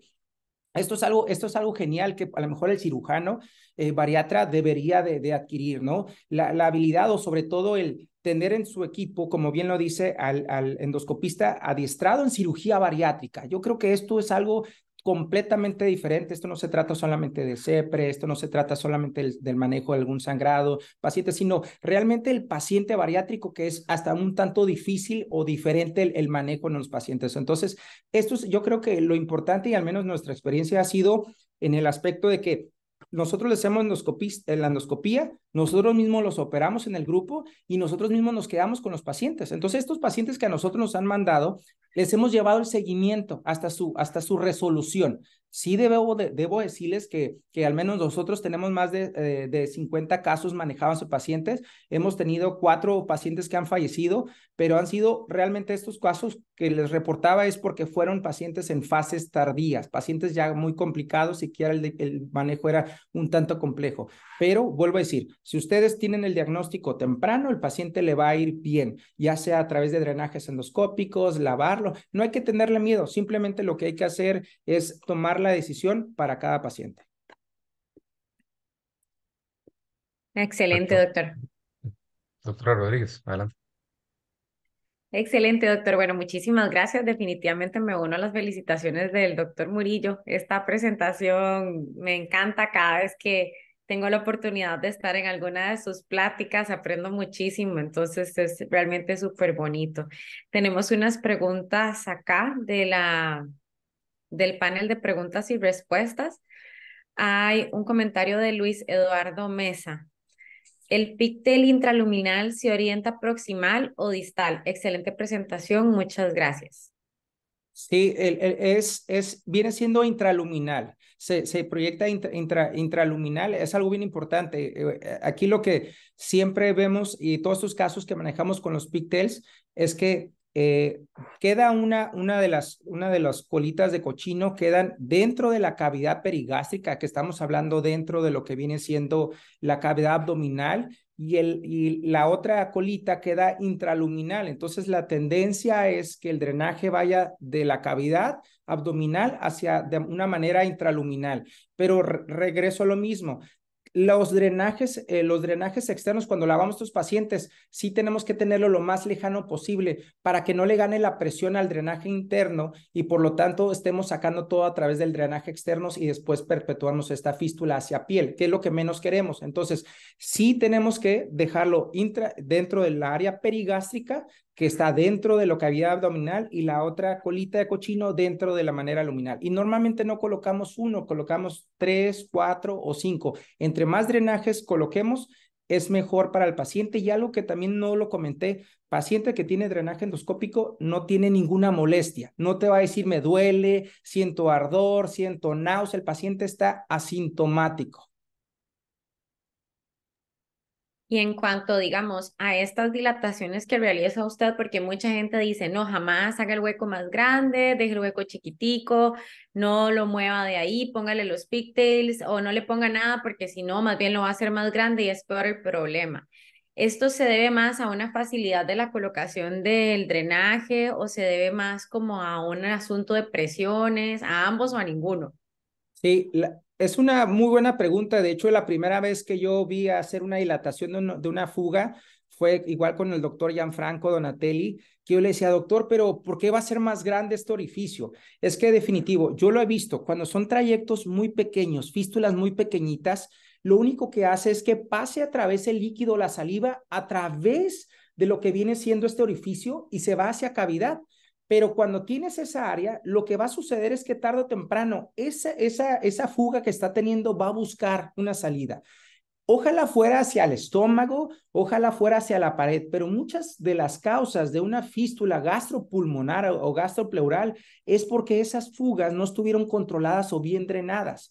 Entonces, lo que queremos hacer es que ese orificio, lejos de estar muy pequeño, sea lo suficientemente grande para que tenga un retorno ese orificio. Tiene una caverna y ¿qué hacemos? Hacemos esto y regresa ayudado de los drenajes. En cambio, orificios muy pequeños, yo lo he visto, se retrasa el proceso de cierre y cicatrización. Y recuerden algo bien importante, no busco que el orificio o la fuga sea la que cierre. Lo que busco es que el tejido de granulación que está perigástrico venga y haga su efecto de cuerpo extraño, y esto va a llegar tarde o temprano y que va a sellar la fuga. Se puede quedar con un orificio pequeño, pero ya no tiene comunicación hacia la cavidad abdominal, y eso conlleva a que el paciente tenga una mejor resolución. Entonces, muchas veces dejamos ahí los drenajes y ahí se quedan 6, 7 meses, no les pasa absolutamente nada, siguen teniendo su efecto. Entonces, no tener miedo cuando sean demasiado pequeños. Yo prefiero dilatarlos un poquito y le metemos 2, 3 drenajes y esto le va a ir muchísimo mejor al paciente, definitivamente. Excelente, doctor. Bueno, quería agradecer a los participantes, a todos los que han estado con nosotros en este webinar, que hemos llegado hasta 145 participantes cuando tuvimos el número máximo. Eso es un éxito. Les agradezco mucho. Otra pregunta que tenemos, doctor, es de Carlos Velázquez. Dice, excelente presentación, doctor Alberto Michel. Qué bueno que nos comparta su experiencia. ¿Existe alguna oportunidad de al cianoacrilato en fístulas crónicas luego del drenaje inicial del absceso perigástrico? Sí, nosotros hemos usado de todo, o sea, nos ha tocado vivir todas las experiencias, y sí llegué a tener usar en cianocrilato, es decir, vamos a poner cianocrilato en estos pacientes. Lo único que hizo fue que el cianocrilato después se pegara en otras áreas que no quería la respuesta. La verdad, lo hemos usado en 2 fístulas crónicas y no nos ha ido bien. Para nosotros el cianocrilato a lo mejor tendría una cabida dentro de las microfugas. Dentro de la clasificación de pacientes con fugas, hay algo que se llama microfugas, donde por tomografía te sale negativo, endoscopía ves datos, cierta evidencia de que esa paciente te está fugando aunque no ves el orificio. En esos casos hemos aplicado cianocrilato como una respuesta, le ponemos su sonda nasoional 5 o 7 días y ya después le iniciamos, porque muchos de los casos de pacientes que tuvieron una fuga empezaron con una microfuga que no se diagnosticó a tiempo y que tarde o temprano ya se hizo un orificio. Entonces, en esos casos donde veamos realmente en una fase sumamente temprana, el cianocrilato nos puede ayudar, pero en fístulas crónicas no va a ayudar absolutamente nada. Yo lo he utilizado en 2 casos, fístulas de un manejo muy difícil, y lo pudimos controlar a través de drenaje de BAC, de sistema de BAC, perdón. Perfecto. Ok, entonces ya tenemos otra nueva herramienta, cianocrilato. Sí, así es. Aquí también está comentando el doctor Mario Barrón. Dice, buenas noches, excelente presentación, doctor. ¿Con cuántos pigtails inicia el drenaje y cada cuánto los recambia? Cuando empezaron a manejar los drenajes endoscópicos, se decía que se tenía que recambiar los pigtails cada mes. Le hacíamos una endoscopía al siguiente mes y lo cambiábamos. Pero sucede algo bien característico, que a veces que estamos colocando los drenajes de los pigtails y entramos y lo quitamos, y a la hora de querer volver a canular ya no lo encontramos el orificio y andamos batallando y es un problema. Entonces, ya con el paso de los años, la tendencia ha sido de dejamos el mismo pigtail y se queda lo dejamos normalmente 3 meses en el paciente. Y algo también importante para aquellos que quieran manejar los drenajes endoscópicos, el primer mes con los pigtails es dieta líquida, básicamente. Le metemos proteína, le metemos los multivitamínicos al paciente también líquidos todos nos vamos con una fase de líquida al paciente. Ya después del mes hacemos endoscopía de control, vemos que efectivamente esa caverna ha disminuido, que el paciente va con una buena evolución y ya le iniciamos la dieta en papillas y hasta el tercer mes le damos una dieta en dieta blanda. El paciente durante todo ese proceso lleva una dieta normal y normalmente como son pacientes que son obesos, entonces no les conlleva ningún riesgo para el paciente siempre y cuando nos apoyemos bien por parte de nutrición. Y si yo puedo meter 2, si puedo meter 3, si puedo meter 4, si puedo meter 5 o 6, yo meto todos los necesarios para mejor dejar drenada esa cavidad. Entre más drenajes endoscópicos, mejor. Y nosotros colocamos, son de 7 French y de 5 centímetros de longitud, pero para fines prácticos, entre más pongas, es mejor para el paciente. Excelente. Acá hay otra pregunta, doctor. La doctora Marisol Batica pregunta, ¿la posibilidad de migración de los drenajes internos, cuál es? Sí, la porcentaje es menor al 1%. Hay 2 o 3 casos reportados en la literatura.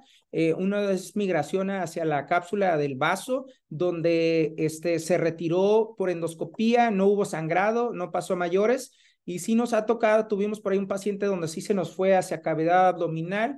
No la pudimos encontrar de primera instancia, después volvimos a entrar y ya lo identificamos, pero realmente como el tejido, el pigtail es muy noble, realmente no ocasiona algún daño a estructuras aledañas, pero sí hay 2 o 3 casos, le digo, reportados, sobre todo como estamos muy cercanos al vaso, pero se han retirado endoscópicamente sin necesidad de algún manejo quirúrgico que ponga en riesgo al paciente. No así como lo podemos ver con los stents, ¿no?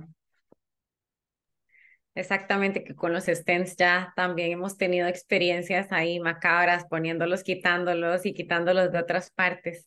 Así es. También pregunta Manuel Mesa, cuando usted los está cambiando, ¿los retira de uno a uno, retira todos y coloca todos nuevos o deja algunos y empieza a colocar otros nuevos?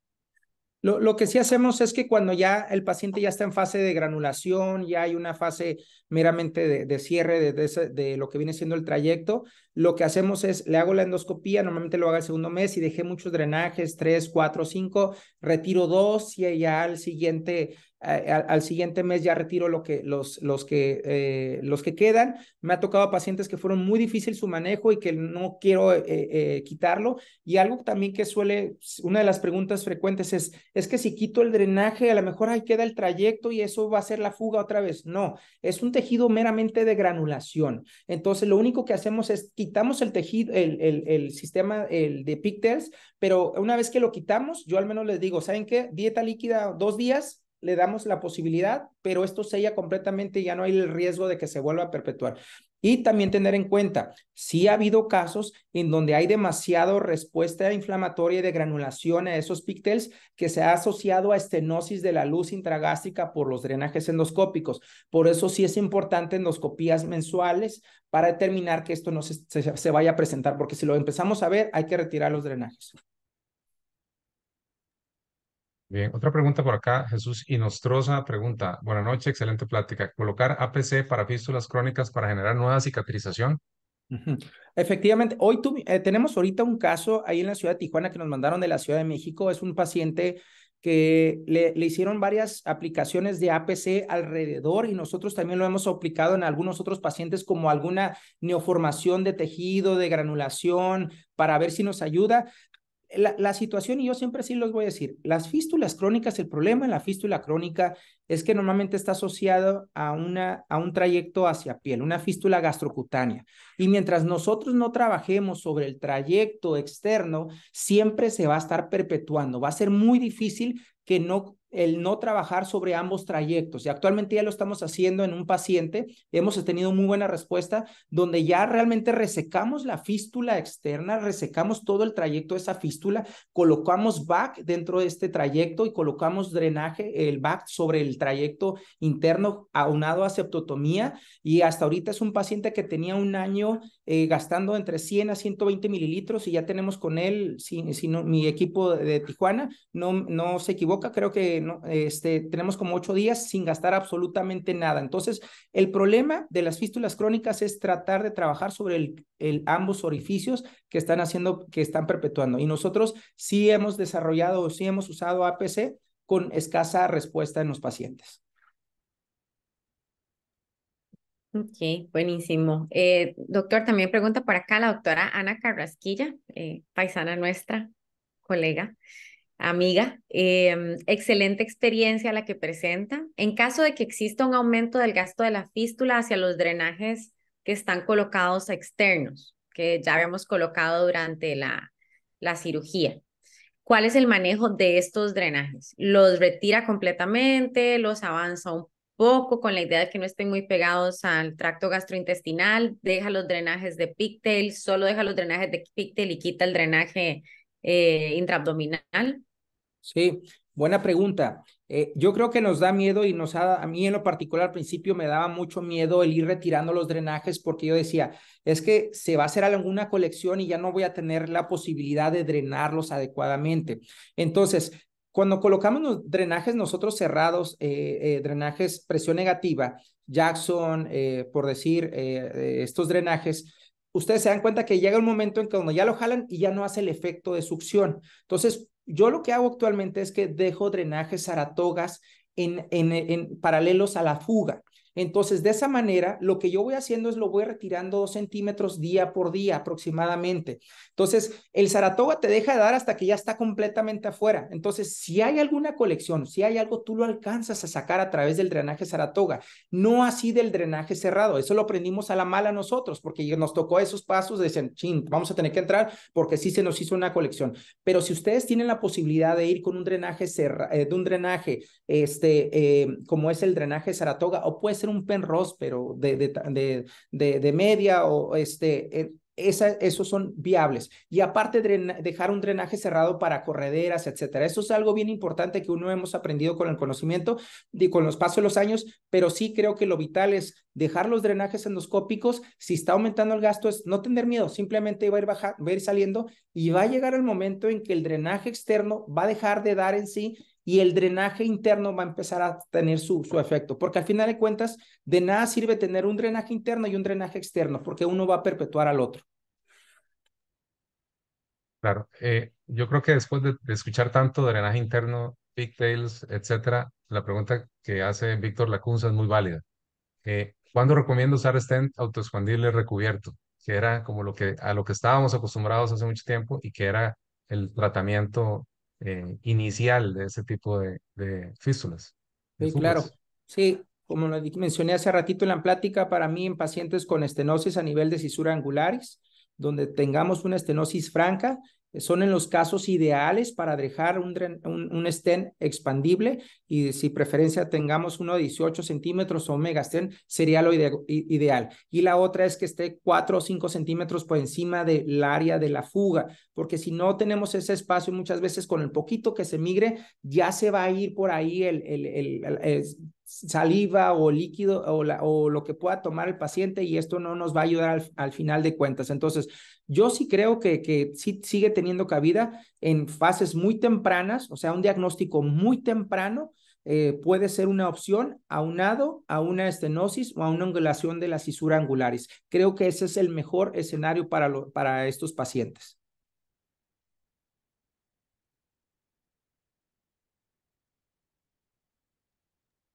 Excelente. Esa pregunta es personal.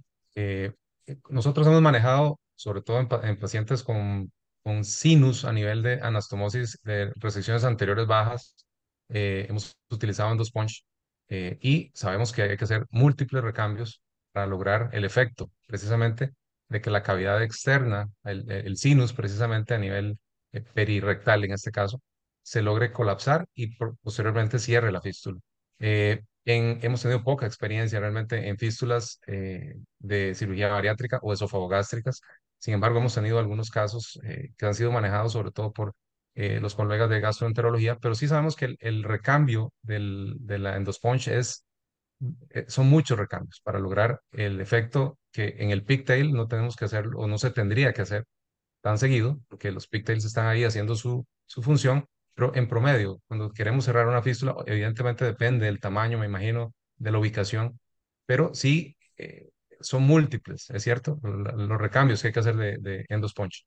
Sí, ese es el problema. Uno tiene que ser, para menos en bariatría, tenemos que intubar al paciente estar haciéndolo cada 4 o 5 días aproximadamente. Uno de los puntos en contra es que, y lo sabemos de antemano, es que si la dejamos más de esos días, a veces se pega la esponja y a veces andamos batallando. Ponemos una sonda nasogástrica y a veces a la hora de sacarla se queda pues, atorada y podemos eso perpetuar a veces el área. Entonces, sí hemos ido aprendiendo que aproximadamente 4 días, no más 5 días hacemos el recambio y lo que hemos hecho es que son pacientes con procesos crónicos. Entonces, como ya vienen con muchos tratamientos, ya realmente es para nosotros la terapia de VAC es una terapia meramente de rescate. Es como nuestra última opción que tenemos para el paciente antes de recurrir a un esófago yeyuno, por decir, a una gastrectomía total. Y es la última opción y afortunadamente nos ha ido bien, pero sí el problema es que a veces son orificios pequeños donde nos cuesta entrar y meter la esponja, a veces nos cuesta que no migre también, que eso es otro de los factores en contra también el paciente y también tenemos que tener en cuenta que no hay asas de intestino pegadas, porque bueno, también tenemos que modificar la táctica ahí en esos casos. Pero para mí el VAC es algo que para nosotros ha venido a revolucionar casos que han sido complejos y que definitivamente ya estaban catapultados a un esófago yeyuno. Ya como última medida en el uso de los VACs, como antes de aventurarse a volverse a meter al quirófano. Cambiando un poquito el tema, doctor, con respecto ya también al manejo de otras patologías, porque obviamente las fugas es yo creo que lo que más nos atemoriza, lo que más nos interesa, todo el mundo así empezó a escribir un montón de preguntas, muchas felicitaciones. Pregunta aquí Gerardo, y también yo tenía una pregunta con respecto a lo del tratamiento del síndrome de dumping. Por ejemplo, en estos casos de síndrome de dumping, cuando usted realiza esta sutura endoscópica, ¿usted la utiliza únicamente la sutura, utiliza la terapia combinada con argón o utiliza solamente argón o solo sutura? Y Bueno, Gerardo Arredondo también pregunta con respecto a las posibilidades de tratamiento endoscópico con úlceras de la boca anastomótica. sí, sí, básicamente en el caso de lo que viene siendo en síndrome de dumping, nosotros usamos APC en toda la extensión, ¿no?, de la boca anastomótica. Para nosotros saber realmente si el dumping lo podemos mejorar es en base a la boca anastomótica, ¿no? Eso es definitivo. Entonces, hace algunos años antes de que nosotros manejáramos el sistema de Apolo de sutura, pues nada más teníamos la posibilidad de usar APC, pero actualmente usamos APC y una vez que ya lo usamos la sutura endoscópica. Normalmente utilizamos entre 2 a 3 suturas y 2 suturas promedio y nos queda más o menos esa boca anastomótica como de medio centímetro. Efectivamente, a veces da miedo decir, quedó muy pequeña, el paciente va a estar intolerante los 3 primeros días, el paciente puede estar nauseoso, puede estar incómodo, pero después ustedes regresan y van a encontrar una boca anastomótica de 1 centímetro promedio. Entonces, a veces es bueno porque en sí la sutura da un poquito más, libera un poco de tensión, entonces tener en cuenta eso. Y esto nos ayuda sobre todo, y algo para mí considerar que el paciente puede tener un síndrome de dumping, es porque la boca anastomótica está muy amplia, pero van a ver lo que conlleva a la asa intestino que está pegada contigua, lo van a ver ya sea el candy o la misma asa aferente, la van a ver dilatada de una manera importante. Entonces esto nos está hablando que hay una caída rápida del bolo alimenticio y que esto es muy posiblemente la causa del paciente que está ocasionando este dumping. Entonces, y también lo vemos, también tienen características que son los estómagos muy pequeñitos. ¿Por qué? Porque tarda, el vaciamiento es totalmente, ustedes les hacen una toma de material hidrosoluble y se va como, ahora sí como decimos en México, Juan por su casa, o sea, pasa directamente, o sea, no hay algo que lo restrinja. Entonces, si nosotros hacemos esto, vemos un retraso en el vaciamiento y una mejoría en la sintomatología. Y en el caso de úlceras marginales, al menos que tenga el paciente sangrado al momento, o veamos datos característicos para alguna complicación mayor, se puede ya sea colocar un sistema de Ovesco con efectos hemostáticos como el que les mostré en este caso. En algunos casos hemos colocado clips, pero normalmente los casos que nosotros vemos y diagnosticamos con fases de úlceras marginales es en fases tempranas o pacientes simplemente con un dolor característico donde se le da manejo conservador y lo revisamos al mes, lo citamos al mes para vigilancia, pero no hemos tenido la necesidad de algún tratamiento quirúrgico en los pacientes. Solamente 2 casos con sangrados, uno usado con Ovesco y otro con clip. Bueno, muchísimas Excelente. gracias. Muchísimas gracias. Bueno, no sé si el doctor Poggi quiere hacer un comentario con respecto a la presentación. Sí, bueno, lo único Gracias. que quiero agregar es, lo único que quiero agregar, ¿me escuchan? Lo único que quiero agregar es que todo este relato de Beto nos hace realmente estar muy contentos y muy tranquilos de tenerlo dentro de nuestros grandes profesores del fellowship, porque sabemos que es un súper maestro, súper joven, pero súper maestro. Yo creo que en este caso la edad, yo creo que su maestría es más allá que su edad. Es, es un viejo maestro, pero muy joven. Así Muchas que gracias. estoy realmente muy contento de haber escuchado esta charla. Creo que nos hemos enterado de muchas cosas que han sido hasta paradigmas en algunos momentos, como el uso de los stents, y que todo el mundo estaba desesperado porque en tu país hubiera stents por si te tocaba la mala suerte de tener una de estas cosas. Y vemos pues que ha cambiado todo, que el stent está relegado y que hay otras cosas que son mucho más preponderantes y mucho más, sobre todo, efectivas. Esa pregunta sobre el cianoacrilato realmente es textual lo que dice Beto. Nosotros la vivimos en la época de los 80, pero para solamente control de varices esofágicas. Y aún así encontrábamos cuando teníamos que entrar a operar en esa zona prácticamente un escudo, una piedra en el esófago que a veces era imposible manejar. Entonces el cianoacrilato podría haber sido efectivo en un momento dado, pero no era una solución viable pensando en el paciente a futuro.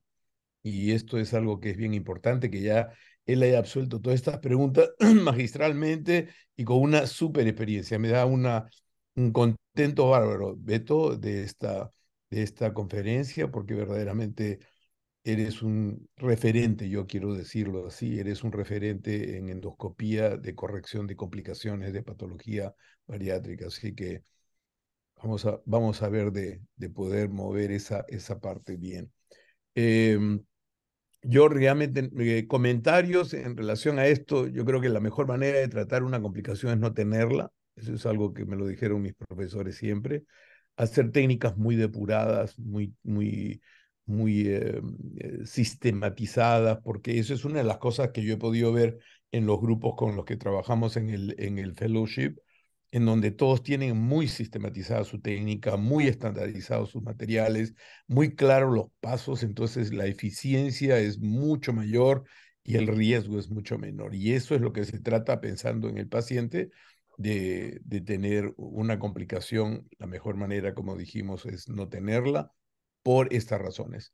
Así que yo no tengo más, digamos, comentarios que estos de esta admiración que tengo por todo este grupo joven de gente que nos está prácticamente respaldando un programa y darles realmente la felicitación al doctor Murillo y al Grupo de Costa Rica por la iniciativa de presentar un tema y presentarlo de esta manera con un súper expositor, con una súper comentarista y con un entusiasmo bárbaro que es lo que nos caracteriza en Ipsolac. Y estoy viendo con mucho placer el nuevo logo de Ipsolac, que insto a todo el mundo a poderlo poner en todas sus representaciones, porque yo creo que debemos ya cambiar el otro Ipso, aparentemente dejado de lado por razones de peyoración en la imagen del obeso, ¿no? Así que esto es una idea de quitar toda esa imagen fantasma sobre la parte peyorativa y el gran volumen del obeso, que es algo que hay que quitar. Y recordando algo que a mí me dijo Botero una vez, y es una anécdota que siempre la cuento, yo iba a dictar una charla en Colombia y me llevaron, las personas que me recibieron me dijeron, hemos previsto una visita al Museo de Botero y va a estar la hija y el propio Botero. Entonces yo fui y le dije me presentaron a la hija y yo le dije, tipo, yo dentro de mi ingenuidad pensaba, este tipo se va a sentir homenajeado a la hora que yo le diga que en cada diapositiva de mi charla de obesidad había puesto una foto de casi toda su colección. Y entonces le dije, bueno, sí he tenido, y entonces le digo, he tenido esta consideración. Y el tipo me dijo que él no consideraba eso un elogio, sino casi un insulto. O sea, la imagen del obeso para una persona que era medianamente obesa, porque Botero era medianamente obeso, ya era un concepto peyorativo y lo que era peor, ¿no? Él decía que no era el objetivo de su pintura, sino solamente él decía que la realidad de su pintura estaba magnificada por el criterio de volumen para demostrar de una manera más amplia la gran gama de colores con las cuales él podía jugar. Y verdaderamente es uno de los pintores, es un pintor que juega con una gama de colores maravillosa. Entonces él decía, quería tener, si pinto un flaquito, tengo poco espacio para demostrar mi capacidad de colores. Si tengo una persona de mayor volumen, no le llama gordos ni obesos, sino de mayor volumen, puedo pintar mejor. Entonces, esto no es obesidad, esto es solamente personajes de mayor volumen en toda la extensión. La mesa grande, el caballo grande, las personas grandes, la guitarra grande, qué sé yo. En fin, esta es la anécdota que siempre cuento en relación a la imagen del obeso y aparentemente Ipsos Global ha, digamos, acogido la idea de que eso puede ser peyorativo y que no puede estar en una imagen de los que curamos esta pandemia, esta enfermedad, justamente tener un emblema en donde se le da a un paciente una imagen con peyoración de su volumen. Así que no quiero aburrirlos más, yo creo que ya hice lo suficiente y me alegra haber estado aquí realmente. Yo creo que valió el esfuerzo correr del aeropuerto, llegar al hotel y prender con las justas todo y estar acá. Medio mal trajeado, pero contento de haberlo hecho. Doctor Murillo, le doy el pase para el cierre final. Muchísimas Gracias, gracias, doctor Poggi. gracias, doctor Polly. Gracias por sus acertadas palabras y muy agradecidos por su participación. Doctora Rodríguez. Muchísimas gracias y muchísimas gracias al doctor Poggi. Bueno, ahora lo que toca es ir a cenar algo, lo que logre encontrar a estas horas. Espero que sea una ciudad que lo pueda satisfacer pues ahorita a estas horas porque no sé qué puede hacer aunque sea un sanguchito. Y Pero muchísimas yo gracias. estoy lleno de ciencia, así que no tengo hambre. Ah, ok, perfecto, dichoso, dichoso. Bueno, de verdad, muchísimas gracias. Realmente para mí es pues un honor poder contribuir en todos estos programas de enseñanza que nos brinda la oportunidad IFSOLAC de apoyarnos, de prestarnos su plataforma, de Sebastián ayudarnos con la parte de la coordinación, del doctor Murillo por siempre escuchar mis sugerencias y del doctor Michel de aceptar nuestra invitación para nuestro país que pues siempre nos encanta recibir pues todas estas clases tan interesantes. Muchísimas gracias al doctor Murillo por permitirme participar y pues le dejo la palabra para el cierre. Muchas gracias, Daye. Muchas gracias al doctor Poggi y al doctor Palermo, que no nos pudo acompañar hasta el final. A los más de 100 participantes que todavía están conectados, que llegamos a tener casi 150 en algún momento. Muy agradecidos desde la Asociación Costarricense de Cirugía Bariátrica, IFSOLAC. Muy agradecidos con el doctor Michel. Realmente una charla que nos abre los ojos, ¿verdad? A muchos sobre el manejo futuro, no futuro, actual de las complicaciones en cirugía bariátrica y lo que tenemos que trabajar en los grupos bariátricos a nivel de América Latina para acercarnos un poco a la experiencia que usted nos ha mostrado el día de hoy, doctor Michel. Muchísimas gracias.